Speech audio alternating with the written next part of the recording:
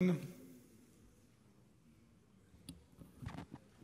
pense que Monsieur le ministre a oublié que le président de la République était un des grands artisans de l'idée du CICE à l'époque où il a été mis en œuvre, puisque moi-même, j'étais en opposition avec la position qu'il défendait. Nous avons eu des débats assez houleux et en tout cas sérieux. Il n'est pas vrai que le CICE a été privilégié pour créer de l'emploi. Il a été privilégié pour améliorer la compétitivité des entreprises. Et il y a eu un débat politique, et je suis pour que les entreprises françaises soient compétitives.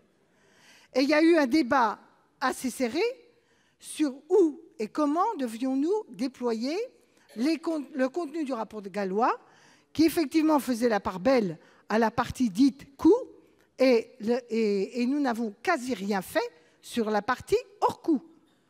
Nous avons encore un retard dans la robotisation, dans l'investissement, dans la recherche, dans tout ce qui pourrait faire des filières industrielles, par exemple, qui sont dramatiques. Les choix qui ont été faits à Alstom ou autres sont dramatiques. Et on peut toujours baratiner sur la compétitivité. Quand on n'a plus d'entreprises, elles ne sont plus compétitives du tout. La réalité du CICE, c'est que déjà, il y a eu un débat pour savoir s'il devait être général ou s'il devait être ciblé et critérisé, disons. Que ce ne soit pas n'importe quelle entreprise qui n'aurait pas besoin de cet argent. On prend souvent l'exemple de la grande distribution, alors même que d'autres secteurs auraient sans doute besoin de plus que ce que le CICE donnait. Les arguments qui nous ont été donnés, c'est l'anticonstitutionnalité, etc., ce qui, de mon point de vue, est faux, si ce n'est pas un allègement de cotisations sociales.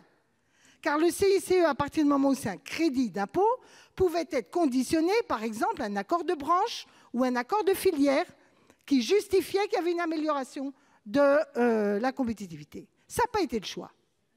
Mais en faisant le choix que vous faites aujourd'hui, vous changez même encore plus de nature l'affaire. Et c'est d'ailleurs pour ça que vous le faites. Parce que le CICE pourrait être qualifié en aide d'État. Oh, pas en aide d'État, en aide publique.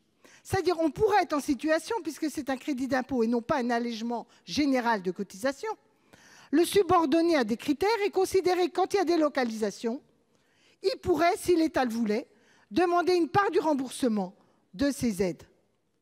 Mais à partir du moment où vous en faites un allègement de cotisation, vous ne pouvez plus rien demander.